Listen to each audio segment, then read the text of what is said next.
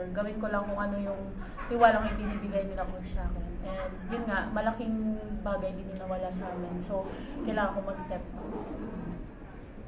up. Dadagdagan yung playing minutes mo, tsaka may mga nawala. Para sa iyo, paano mo tinatrabaho na punan yung mga nawalang players at saka yun nga, na laruin yung trust na sabi mo binibigay ni coach? Para sa akin po, siguro trabaho lang talaga sa training. Kasi sa training naman talaga lahat nag-start eh. Yun, tsaga, and siguro ano na din, focus na din talaga kung ano yung mga pinapagawa ng coaches. Familiar face ulit yung head coach mo and Coach Norman after all that you've been through din sa NE? Siyempre happy ako na si Coach Norman yung coach ngayon. Siyempre wala namang masyadong adjustment kasi kilala naman kami ni Coach Norman. Kasama naman si Jen and sila Jenny.